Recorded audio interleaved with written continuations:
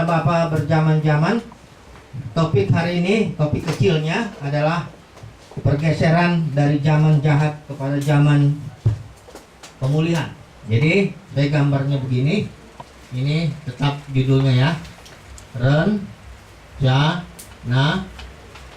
Bapa berjaman-jaman.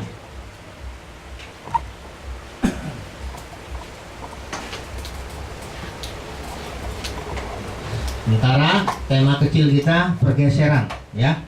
Ada satu pergeseran yang sangat penting terjadi, ya, yaitu apa yang saya katakan. Ini tetap gambar kita seperti biasa. Ini ada pergeseran yang di sini itu zaman jahat. Alkitab bilang, nanti kita baca ayat-ayatnya. Zaman jahat. Yang di sini zaman pemulihan atau zaman pemerintahan. Pemerintahan putra Elohim. Sebelumnya saya mau bagikan dulu 3 hal yang pernah saya sharingkan supaya jangan nanti Bapak Ibu Saudara jadi bingung. Yang pertama itu mengenai oikonomia, ya. Ada 3 hal yang perlu dibedakan yang udah pernah saya singgung. Yang pertama oikonomia. Ini yang dari kata ini kita ambil dispensasi atau manajemen atau administrasi, sama aja. Dispensasi ini artinya cara Tuhan mengelola. Ini artinya penata layanan Tuhan dalam rumah tangganya. Yang kedua ada kata bukan trilogi, zaman, ya. Ini adalah penata layanan Tuhan, perlakuan Tuhan atas manusia dalam suatu periode tertentu. Tapi tekanannya oikonomia itu bukan zaman, bukan periode, tapi penata layanannya ini, ya.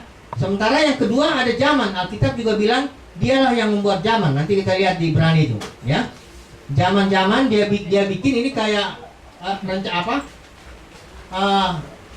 sinetron, perlu ada episode-episode. Baru yang ketiga saya sudah pernah jelaskan tentang trilogi. Trilogi itu adalah prinsip Tuhan bicara, ya. Elohim berbicara 3 kali. Makanya jadi ada kelihatan 3. Ada perjanjian dengan Nuh, ya, dengan Abraham, dan dengan Musa. Jangan dikacaukan, ya. Ketiga hal itu tiga yang berbeda. Hari ini saya mau bicara tentang zaman-zaman, ya. Terutama peralihan dari zaman jahat kepada zaman pemerintahan putra Elohim, ya.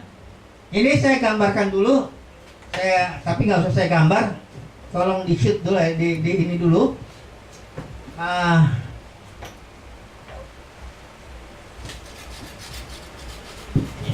Bisa nggak kalau saya taruh begini? Ya, ini ada gambar rencana Bapa berjaman, ya. Tapi nggak kita bahas hari ini. Hari ini hanya cukup dilihat aja. Ada zaman itu bahasa Inggrisnya Ion, ya, atau ages itu. Kata Yunania aion. Ini ayat-ayatnya lengkap di sini bahwa zaman itu ada awalnya, ada akhirnya, ya. Karena dia waktu, ya. Jadi ada kita bilang before Ionian times, sebelum waktunya, ada di 2 Timotius. Nanti kita baca ini, ya. Terus itu ada 5 zaman sampai nanti di zaman terakhir itu adalah zaman di mana Bapa menjadi semua dalam semua, ya. Ini tidak kita bahas sekarang. Sekarang kita hanya mau bahas, udah cukup, ya. Sekarang kita mau bahas hanya peralihan, ya. Peralihan zaman. Yang Alkitab bilang di sini zaman jahat, di sini zaman pemerintahan putra Elohim. Apa ini artinya? Ya. Nah, mari kita buka dulu firman Tuhan dari Galatia pasal 1 ayat 4. Ini peralihan zaman ini sangat penting dalam hidup kita pribadi. Perlu ada peralihan zaman juga, di mana kita tadinya ngikutin keinginan kita, zaman jahiliyah, menuju zaman pertobatan, ya, menuju proses itu ya. Coba dulu buka Galatia 1 ayat 4. Saya bacakan terjemahan ILT, ya, Galatia 1 ayat 4. Yang telah memberikan dirinya sendiri karena dosa-dosa kita, supaya dia dapat melepaskan kita dari zaman jahat. Coba terjemahan LAI, like. Coba dulu baca. Yang telah menyerahkan dirinya karena dosa-dosa kita untuk melepaskan kita dari dunia jahat yang sekarang ini menurut kehendak Allah dan Bapa kita. Nah, yang itu terjemahannya dunia jahat, tapi di sini lebih enak tepatnya terjemahannya zaman jahat, ya.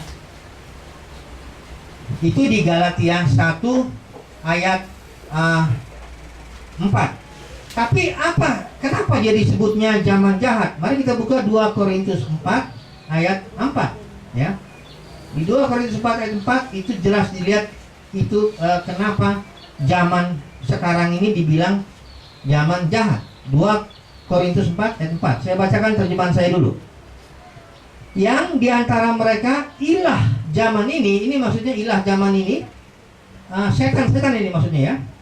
Yang diantara mereka ilah zaman ini telah membutakan akal mereka yang tidak percaya, sehingga terang Injil kemuliaan Kristus yang adalah gambar Elohim tidak menyinari mereka. Ini maksudnya kenapa orang nggak percaya Injil? Karena ilah zaman ini membutakan. Coba dulu terjemahan lain, baca.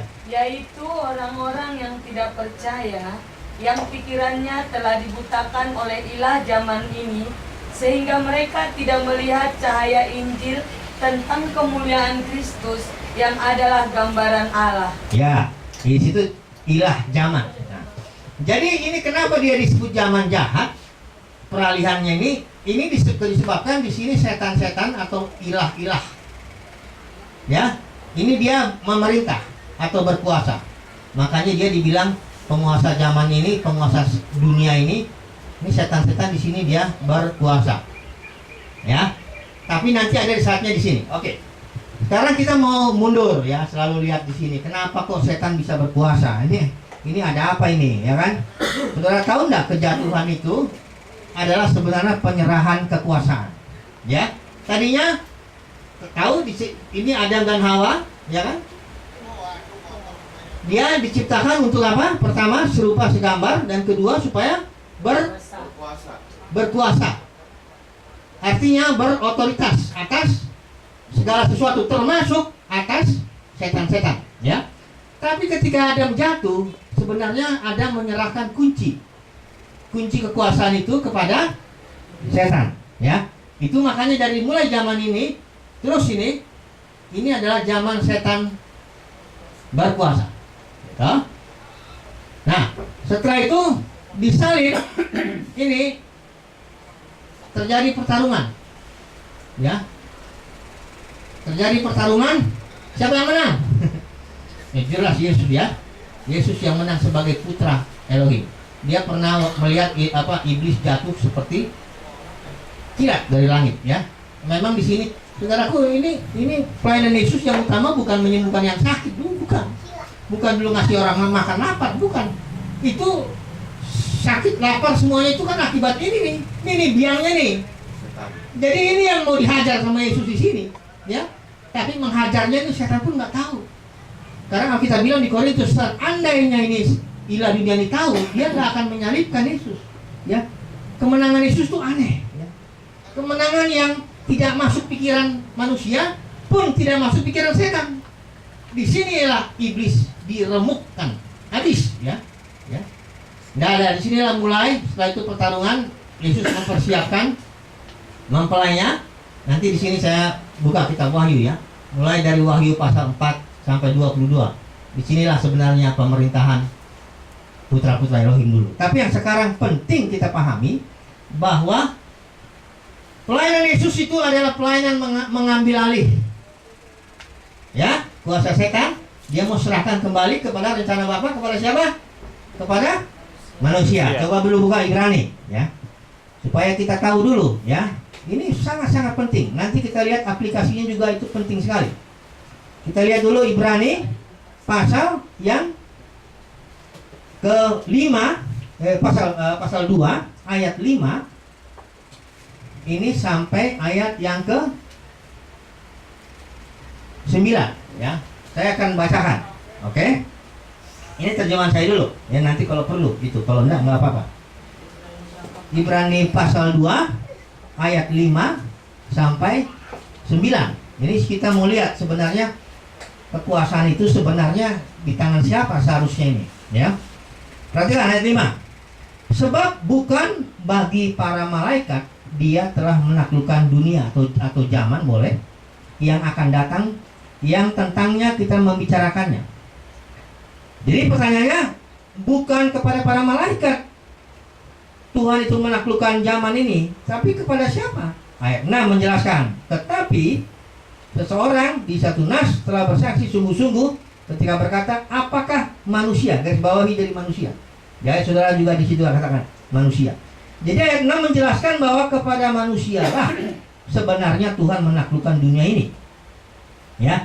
Di sini dibilang apakah manusia sehingga engkau mengingatnya atau anak manusia sehingga engkau memenulikan dia. Ayat 7, engkau telah membuat dia sedikit lebih rendah daripada malaikat. Engkau telah memahkotai dia dengan kemuliaan dan hormat. Engkau telah menempatkan dia di atas karya tanganmu. Ini manusia, ya. Ini rencana Bapa nih. Ditempatkan di atas karya tanganmu. Ayat 8, engkau telah menaklukkan segala sesuatu di bawah kakinya, kaki manusia. Jadi Bapa di sorga menaklukkan segala sesuatu di bawah kaki, supaya menjadi kaki, semua musuh menjadi kaki, di bawah kaki manusia. Sebab dalam menaklukkan segala sesuatu, dia tidak membiarkan satu hal pun yang tidak takluk kepadanya. Jadi semua setan, semua apapun takluk semuanya, ya. Tetapi, perhatikan ini, sekarang kita belum melihat segala sesuatu yang telah ditaklukkan kepadanya. Belum lihat sekarang. Tapi ayat 9 dibilang, namun kita melihat Yesus yang sudah dimahkotai. Tapi kita belum. Nah ini dia, ya. Perhatikan, di sini Yesus begitu dia mati, bangkit naik ke surga, dia duduk di sebelah mana? Kanan. Artinya apa sih duduk sebelah kanan itu? Bicara apa itu? Bicara otoritas itu, ya. Yesus ini mati, bangkit, naik ke surga, dia duduk di sebelah kanan. Ini bicara tahta. Tahta itu gambarnya begini. Nih, jadi Yesus di sini, ya. Oh, sebelah kiri bukan, ya. Sebelah kanan itu di sini. Tahtanya menghadap kita. Tahta Bapa di surga dengan tahta anak domba. Nah ini dia Yesus, ya. Artinya dia begitu mati bangkit naik ke surga, dia sudah langsung berada di posisi sebelah kanan Bapa di surga, ya. Dia sudah berkuasa, ya. Jadi setiap lutut pasti berserut, ya. Lidah pasti mengaku bahwa Yesus itu apa? Tuhan. Tuhan itu kata Yunani-nya apa? Kurios. Kurios itu artinya penguasa tunggal. Penguasa artinya yang berkuasa, yang punya otoritas. Jadi disitulah iblis diambil otoritasnya. Wah, memang sakit sekali. Iblis itu sangat sakit ketika Yesus bangkit naik ke surga, duduk sebelah kanan. Waduh, di situ iblis. Tapi dia masih berkuasa karena Yesus masih perlu waktu mempersiapkan putra-putranya, adik-adik sulungnya, atau gerejanya, atau para pemenangnya. Terserah istilahnya apa. Yang penting ngerti dulu, ya. Nah, sekarang kita mau tahu dulu siapa sih sebenarnya setan ini. Karena ada pandangan setan itu katanya malaikat tadinya, malaikat yang baik, Lucifer, ya. Begitu tiba-tiba ceritanya begini. Nanti saya kasih ayat aja. Ini saya kasih dua pandangan, ya, supaya kita berpikir dulu, ya. Jangan nerima asal terima aja, ya. Itu pandangan-pandangan harus diuji. Firman Tuhan bilang, ujilah segala sesuatu, ya. Ini asal setan, ya. Judulnya di sini asal mula setan. Menurut saya bikin di sini tradisi. Tradisi itu artinya turun temurun yang kita terima selama ini. Nah, di sini melalui pemahaman Injil Kerajaan. Nah, ini yang kita pelajarin, ya. Kita lihat dulu dari tradisi, ya. Katanya itu dari buka ayatnya tuh dari Yesaya 14 atau Yehezkiel 28. Nanti baca sendiri aja lah ya. Atau juga baca dari Wahyu, ada dibilang iblis mengambil sepertiga bintang ya. Bintang-bintang itu dianggap malaikat. Ini Wahyu 12 atau Wahyu 20 juga ada. Wahyu 12 ya. Oke, ceritanya begini. Yang ini sering saudara dengarkan ya. Bahwa iblis itu tadinya itu dia malaikat, artinya dia sudah jatuh sebelum Adam jatuh. Dia udah diciptakan duluan. Ceritanya begini. Tadinya dia malaikat namanya Lucifer. Lucifer itu artinya bintang fajar. Itu nama yang sangat bagus ya. Lucifer itu nama yang sangat bagus. Artinya bintang kejora. Kalau terjemahan bahasa Indonesia ini aslinya bintang fajar ya. Bintang pada pagi hari itu. Nah, setelah itu katanya di ayat ini nanti ada ditulis nih. Dia mau menyamakan dirinya dengan Tuhan. Dia mau menyamakan dirinya, akhirnya dia merebut tahtanya Tuhan, dan dia menyeret sepertiga setan-setan mengikut dia. Kalau didengar sepintas kelihatannya ceritanya betul ya. Ayat-ayatnya juga soalnya ada ya. Ini dia ayatnya nih ya. Nggak usah kita baca aja sendiri. Kelihatannya mirip ya, benar ya. Tapi kalau dipikir-pikir saudaraku, sebenarnya bego juga. Contohnya begonya begini. Mana ada makhluk yang hebat, dia mau ngelawan Tuhan, tiba-tiba dia ngelawan Tuhan. Ini makhluk yang hebat nih, si Lucifer ini. Dia mau ngelawan Tuhan, dia mau menjatuhkan Tuhan, dan hanya merebut sepertiga ini. Kira-kira berhasil nggak ini? Kira-kira itu? Ini makhluk kan katanya pinter, ya. Tapi orang bego pun, misalnya prajurit bego pun, dia nggak akan coba melawan jenderalnya kalau dia tahu nggak mampu. Dia tahu nggak mungkin dia prajurit yang paling rendah pun nggak mungkin dia mau coba-coba kita lawan jenderal kita, ya kalah pasti. Apalagi ini ngelawan Tuhan, aduh, udah nggak mungkin lagi, ya. Jadi kalau dipikir-pikir ceritanya aneh juga ya. Kalau semakin lama saya pikir aneh. Ada Lucifer makhluk katanya hebat. Katanya tukang memuji Tuhan, katanya diurapi, dan ada yang cerita lebih konyol lagi, katanya di tubuhnya semua alat musik. Jadi kalau dia bergerak tuh langsung nadanya C, dia bergerak langsung nadanya D gitu. Tapi kok begitu bego sehingga dia mau melawan Tuhan? Kan coba deh pikir dulu ya, direnungkan aja dulu lah ya. Akhirnya saya pikir ini nggak benar nih cerita ini. Ada nggak benar, cuma di mana nggak benarnya? Nah, barulah setelah saya belajar lagi satu pengajaran, membanding-bandingkannya, berdoa minta mohon Tuhan, baru saya dibuka, baru ketemu. Saudara mau tahu nggak setan itu dari mana? Coba buka dulu Kejadian. Ini renungkan, karena ini semua hampir semua orang di zaman ini menerima bahwa Lucifer itu adalah setan. Padahal Lucifer ini bukan setan. Mari kita buka dulu Kejadian 3. Saya catat dulu di sini ayatnya ya. Kejadian 3 ayat 1. Dan tolong nanti ini saya tanda begini itu dibandingkan ya. Dibandingkan dengan Wahyu pasal 12 atau pasal 20 juga ada di situ.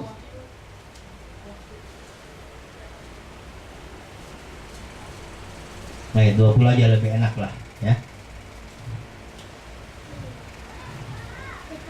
Ayat Wahyu 20 ayat 2. Nah, coba dulu dibandingkan ini Wahyu 20 ayat 2. Coba dulu seorang baca. Ini satu orang baca ini, satu orang baca ini. Nanti kita coba lihat. Terjemahan itu. Kejadian 3 ayat 1. Ya.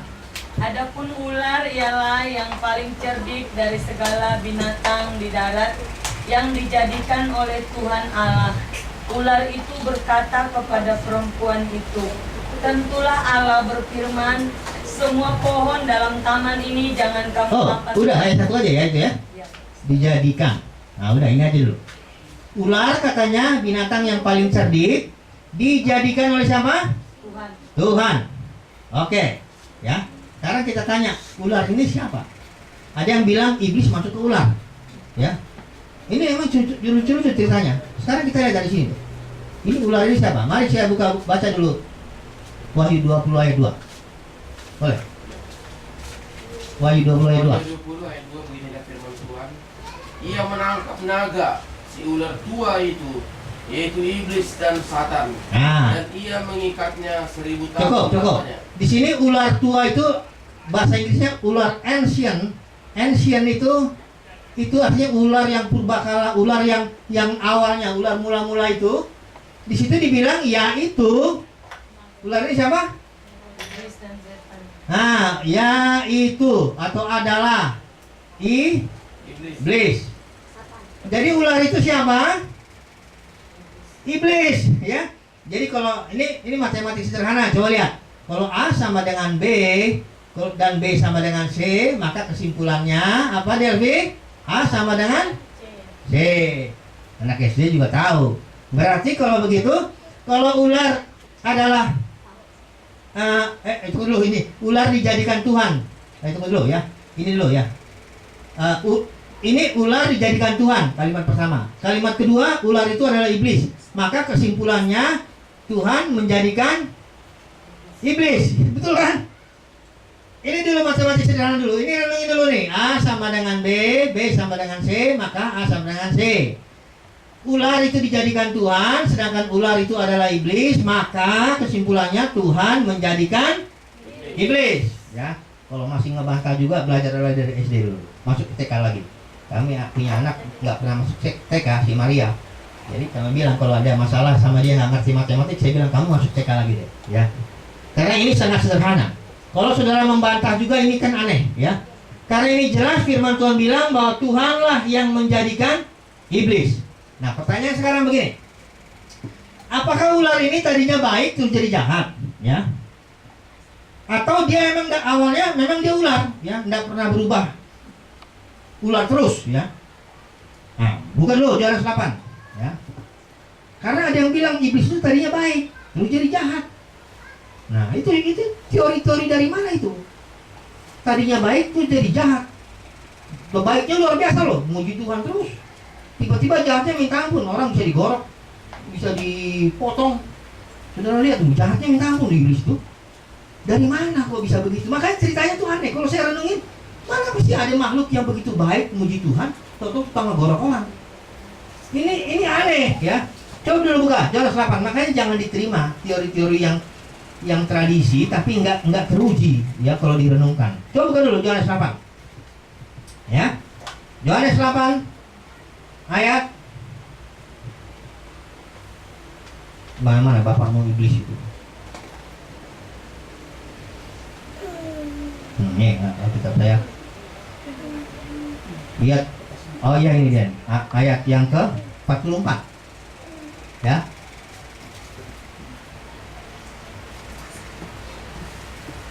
Perhatikan, ini terjemahan saya baca dulu ya.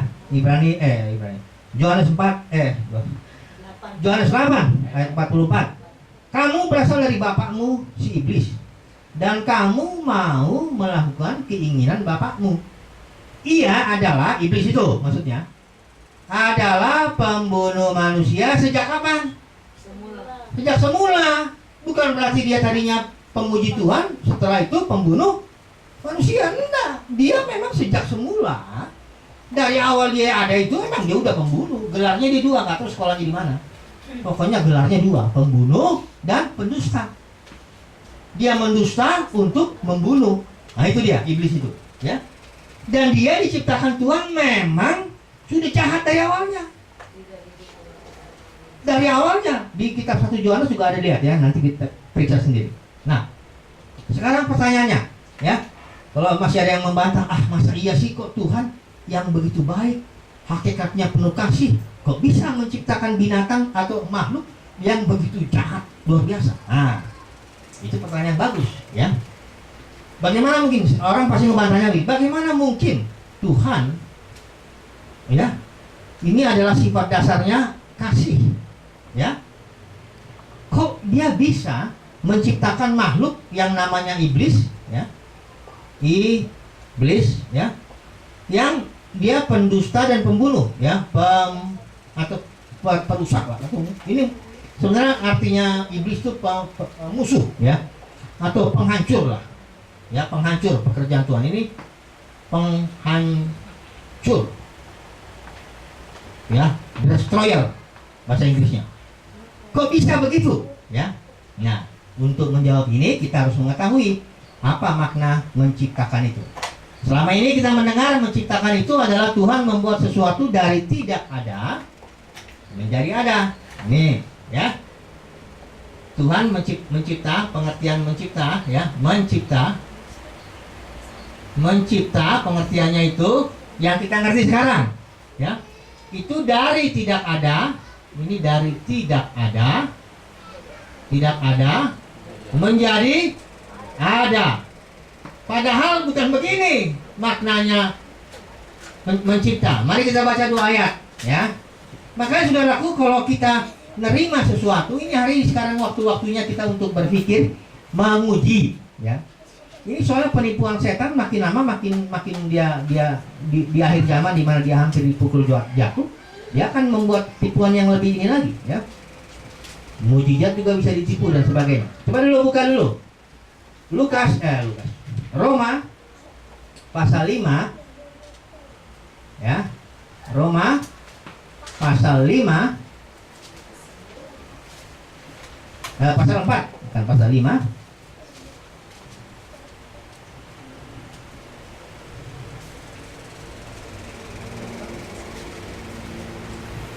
Aduh, terjemahan Alkitab saya ini agak susah ini.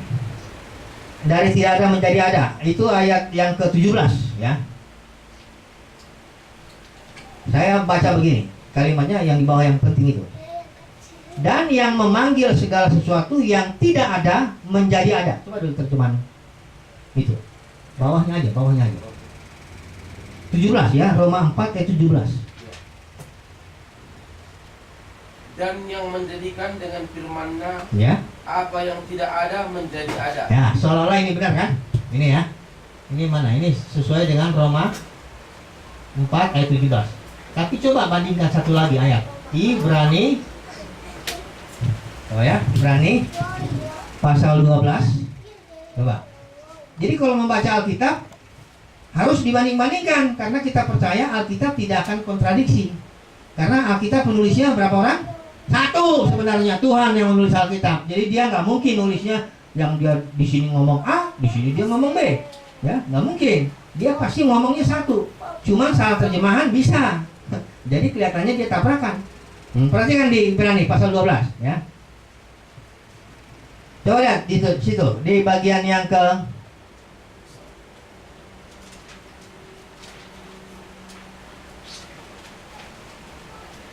Iman 11, bukan 12. 11. Iman ambil yang ayat 3, ya. Saya baca dulu terjemahan saya. Dengan iman kita mengerti bahwa masa-masa ini telah dipersiapkan oleh firman Elohim. Sehingga perhatikan ini. Dari yang tidak tampak telah menjadi hal-hal yang kelihatan. Coba kalau cerita. Karena iman kita mengerti bahwa alam semesta telah dijadikan oleh firman Allah, sehingga apa yang kita lihat telah terjadi dari apa yang tidak dapat kita lihat.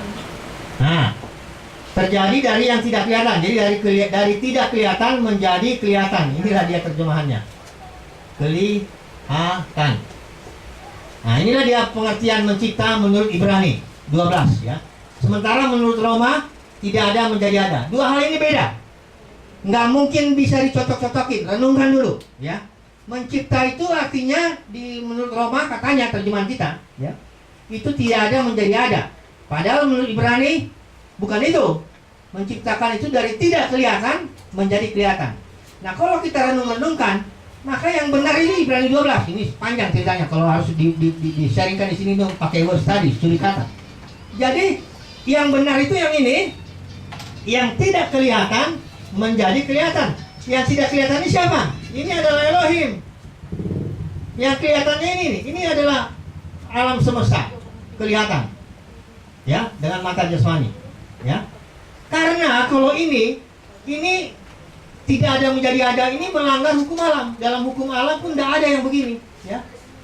Dalam hukum alam, ya, kita tahu bahwa Tuhan menciptakan hukum itu, dia ada ininya, dia menciptakan hukum alam dengan maksud supaya bisa menjelaskan hal-hal di alam rohani. Jadi dalam hukum alam tidak ada sesuatu benda yang bisa ada dari yang tidak ada. Contohnya misalnya energi. Energi itu hanya bisa dirubah, tidak bisa diciptakan.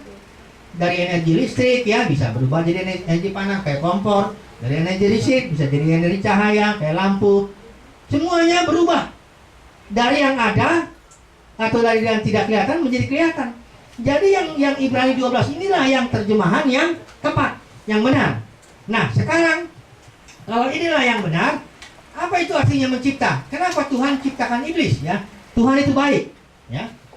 Saya menjelaskan dari hukum alam ya, karena alam ini diciptakan untuk menjelaskan hal-hal di alam rohani. Sudah lihat warna, dari warna ya. Ini Elohim tidak kelihatan, betul kan? Ini Elohim tidak kelihatan. Dia menciptakan ular yang simbol iblis yang kelihatan ya. Iblis ya. Nah, sekarang saya ambil perumpamaan gini, warna. Warna putih itu sebenarnya kalau diurai, coba dulu Delvi. Spektrum namanya ini Newton. Kamu udah belajar fisika toh? Meijuku hi bi niu. Merah, jingga, kuning dan sebagainya ya. Itu spektrum kata Newton. Newton yang bilang pertama kali dia buat percobaan ya. Dari putih diurai bisa menjadi merah, meijuku hi bi niu. Ungu ya. Nah, ini namanya spektrum warna ya. Dan contohnya gini, gampang aja kalau kita mau tes gini. Ambil aja cahaya matahari, dia warnanya putih toh. Ambil prisma. Ya, Delvi pernah kali lihat tuh, prisma. Ya. Setelah itu masukkan itu sinar ke prisma. Prisma itu nanti akan mental ya. Di sini bikin layar ya. Ini harus gelap semua, bikin layar, maka keluarlah warnanya merah, kuning gitu sampai kayak warna pelangi ya.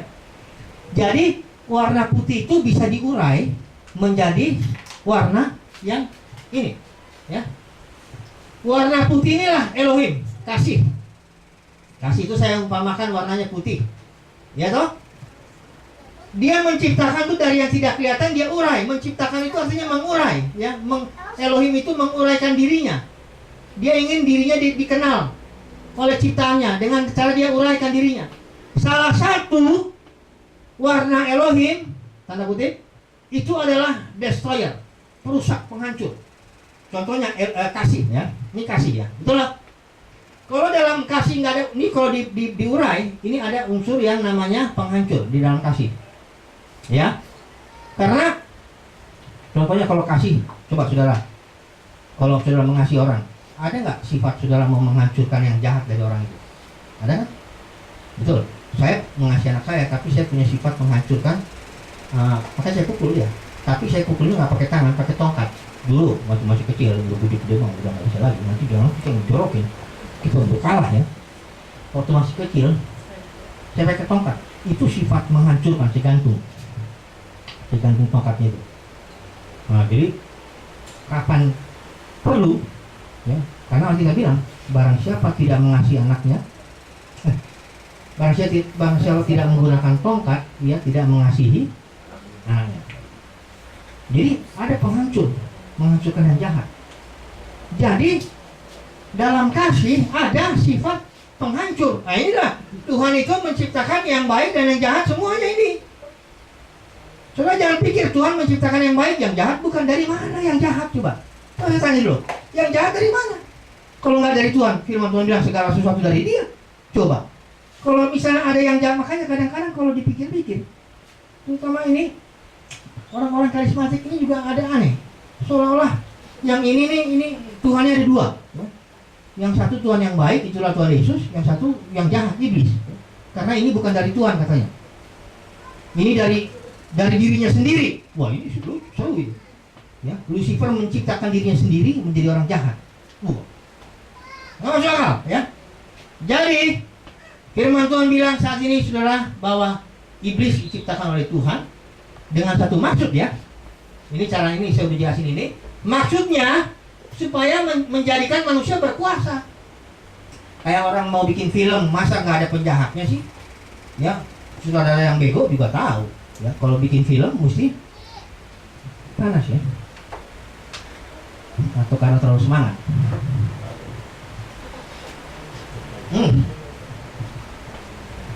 Itu Lucifer sama ular itu berarti dua yang berbeda Pak ya? Beda. Nanti Lucifer ini adalah ini bintang fajar, ini Adam ya. Coba dulu di nanti kita suatu saat kita coba cek ya. Ini sekarang ini nggak usah. Ini Adam. Ini Adam lah yang di Taman Eden yang jatuh, yang diuraikan di Lucifer adanya di Genesis 14 atau di sini ya. Jadi Lucifer itu adalah Adam. Dialah yang jatuh yang diceritakan di ayat ini ya. Jadi bukan setan ya. Setan itu tidak pernah jatuh. Emang dia udah jahat dari awalnya kok ya. Tidak ada dia pernah jatuh. Dia nggak pernah dicobai siapapun. Dia mencobai siapapun ya. Jadi nggak pernah baik lah. Pokoknya udah jahat dari awalnya lah. Udah percaya aja lah. Udah gitu sifat dasar iblis ini mesti tahu. Ini sifat dasarnya binatang. Makanya kalau lihatin ular yang mensimbolkan setan itu ular, kalajengking, ya, burung najis, semua yang jahat itu binatang-binatang. Nah, Adam itu disuruh berkuasa atas binatang jasmani dan binatang rohani yang termasuk iblis. Iya. Jadi kalau si David saya udah tahu. Kalau ada kucing, saya pernah ada kucing. Memang dasar binatang itu nggak tahu diri, namanya juga udah binatang ya. Sifat dasar itu nggak tahu diri. Ada kucing di rumah kami, dia selalu dari atas ngambilnya. Itu selalu ngambil makan ikan atau ayam. Ayam juga suka tuh kucing, brengsek emang dasar binatang. Suka ayam. Jadi kami kadang masak ikan, kadang ayam gitu bisa dihabisin gitu. Kalau kadang-kadang kami pindahin gini, tahu dia. Kalau kadang-kadang di atas di dispenser dia masih loncat. Saya akhirnya tertekan gitu. Karena saya bilang masukin aja di dalam apanya ikannya, ayamnya. Kata istri saya jangan bau katanya kalau di dalam. Aduh. Ditaruh di sini dihantam kucing, ditaruh di dalam, istri bilang jangan. Udahlah, mau ditutupin apa orang yang pernah ditoprak itu, hancur semua jatuh. Akhirnya saya udah tertekan gini, Tuhan, saya kutuk aja dalam nama Yesus, aku kutuk kucing itu. Dalam 2-3 hari matilah kucing itu. Di atas sayanya di atas rumah tetangga. Mati kucing itu terjengkang begini. Si David bilang, Pak, itu kucing yang sudah papa kutuk mati. Gimana? Kalau ada lagi, sekarang datang lagi. Memang binatang itu memang dasar binatang. Ada langsung David bilang, Pak, kutuk lagi Pak. Ya, binatang itu memang sifatnya tidak ada belas kasihan, tidak tahu malu. Telanjang kan dia kan nggak pernah pakaian, nggak tahu malu, jahat. Itulah dia iblis. Ya, itulah dia iblis. Kalau ada orang jahat, itu kan dia sebenarnya manusia itu kan. Ini kalau kita yang jatuh manusia ya, manusia jatuh tuh akhirnya dia jadi Alkitab bilang daging, kedagingan ya. Ini musuh kita jadi 3, daging, iblis ya, dan dunia. Itu sistem ya yang diciptakan oleh iblis ya. Kalau manusia ini daging, bagaimanapun jahatnya dia punya kok sifat baik. Coba lihat preman ya. Pernah saudara sering lihat preman penjahatnya luar biasa, begitu kawin, punya istri, punya anak bisa jadi baik kan? Dia punya kasih sayang. Ini kalau manusia. Jadi saudara, kalau ada manusia yang jahatnya, saya pernah lihat di video yang manusia menyembelih manusia demi agama tertentu. Aduh, saya nyesel lihat gitu. Saya bilang ini bukan daging lagi, itu udah iblis. Karena manusia tuh bagaimanapun jahatnya, dia akan punya perasaan. Enggak kayak binatang. Kok binatang nggak ada perasaan? Pernah lihat nggak singa di TV itu, singa yang makan atau musang makan ayam? Udah dia makan, itu binatang yang dimakannya menjadi tenang aja. Senyum lagi deh, menjulurkan lidahnya gitu. Karena dia nggak punya perasaan. Itulah iblis ya. Dan dia jahat dari mulanya. Jadi saudaraku, jangan pernah memuliakan iblis lah ya. Ini kenapa ini saya datang ke sini juga ada serangan iblis sedikit. Karena dia mau dibongkar di sini ya. Dia selama ini senang sekali disebut dia malaikat bagus. Waduh, apa nggak bangga dia? Akulah Lucifer katanya. Oh, bangga dia kan. Binatang dibilang Lucifer, gimana nggak bangga? Ibarat penjahat dibilang engkaulah pahlawanku, engkaulah pemuji Tuhan. Dia senang dong, karena dia penipu. Ya, dia senang sekali. Awas ya, jangan pernah banyak manusia, hampir mayoritas orang Kristen memuji setan dengan cara ditipu. Dia bilang Lucifer itu adalah pemuji dan dia arahkan Lucifer ini setan katanya. Padahal Lucifer ini Adam. Luar biasa saya bilang ini. Kok dibayar berapa lo muji-muji setan gitu. Karena ditipu itu, ya. Saudaraku, udah waktunya sekarang ini dibongkar, ya. Renungkan lagi baik-baik ini, ya. Ini boleh dibaca, ya. Kalau mau dibaca, boleh. Ini kalau dibaca ini akan ayat ini akan lebih cocok mengarah kepada Adam, karena dibilang di situ ayat ini bahwa ayat ini mengatakan bahwa engkau adalah manusia, bukan Tuhan, ya. Tapi kita nggak baca sekarang. Hanya sekarang renungkan dulu, ya. Bahwa iblis itu adalah binatang, ular itu adalah setan, ya. Ini bukan ular jasmani, ya. Di Kejadian 3 ayat ular di Kejadian 3 ayat 1 adalah setan, ya, bukan binatang jasmani, ya.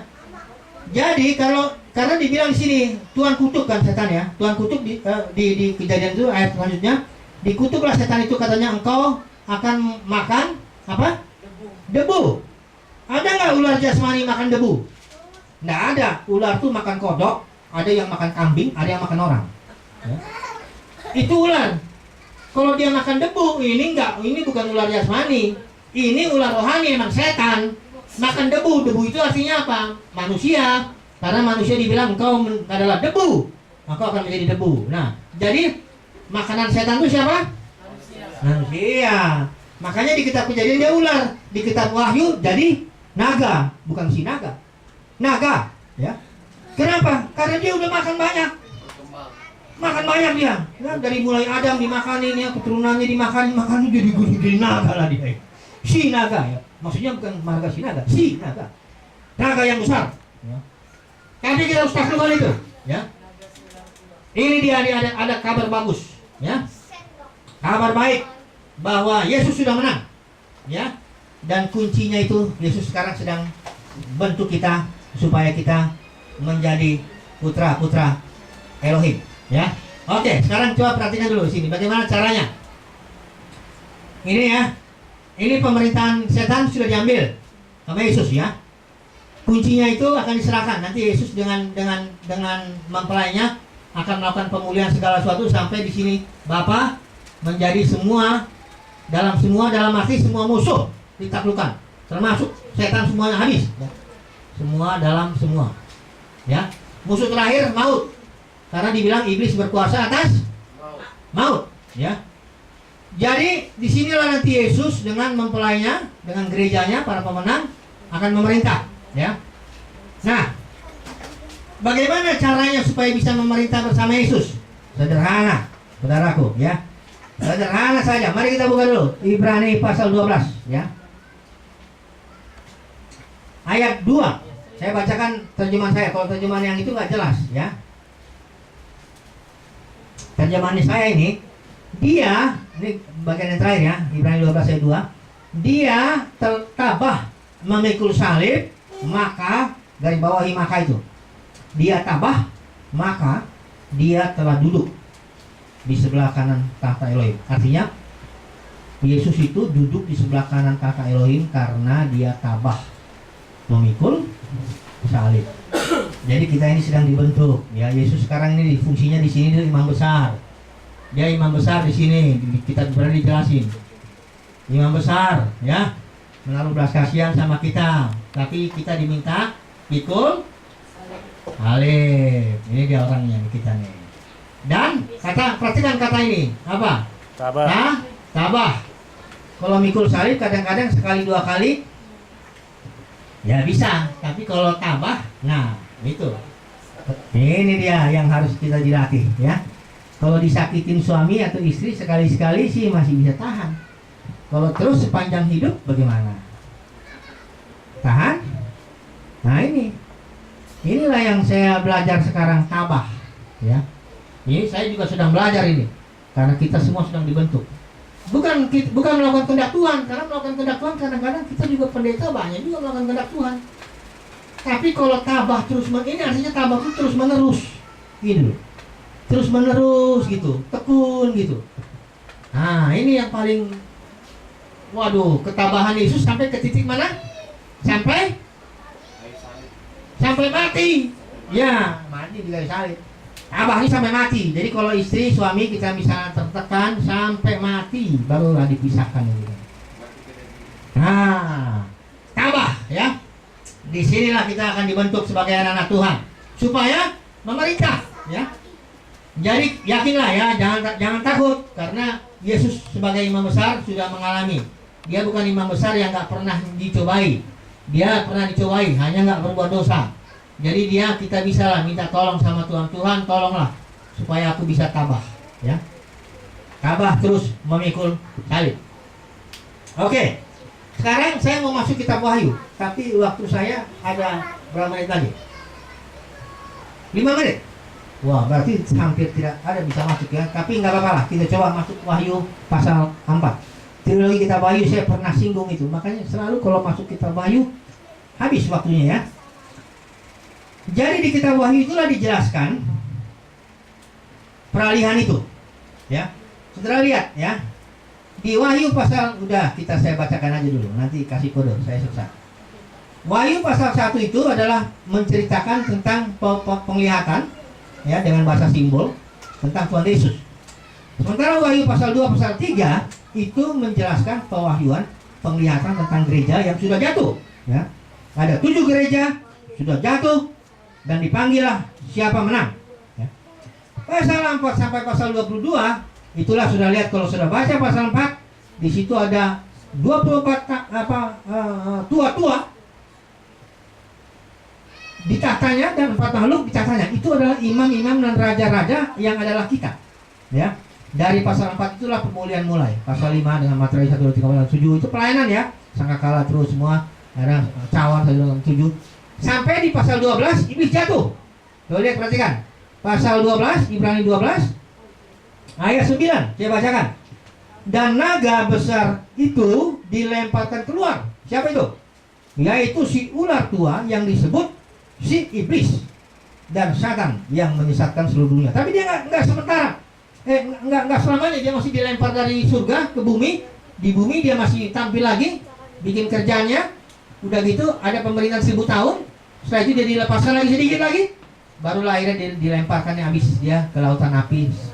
Sampai berjaman-jaman, sampai habislah pemberontakannya, sampai dia akhirnya kan tunduk 100% kepada manusia. Kayak apa? Pawang. Kita tahu nggak pawang? Singa apa semua ular, kalajengking nggak pernah dipawangin ya. Singa. Beruang.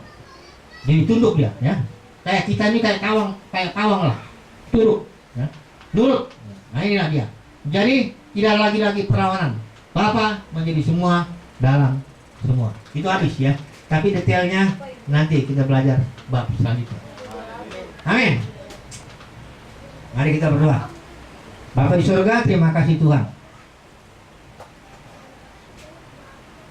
Kami sudah belajar Tuhan tentang iblis yang adalah binatang Engkau ciptakan supaya membentuk kami, supaya kami belajar menaklukkannya.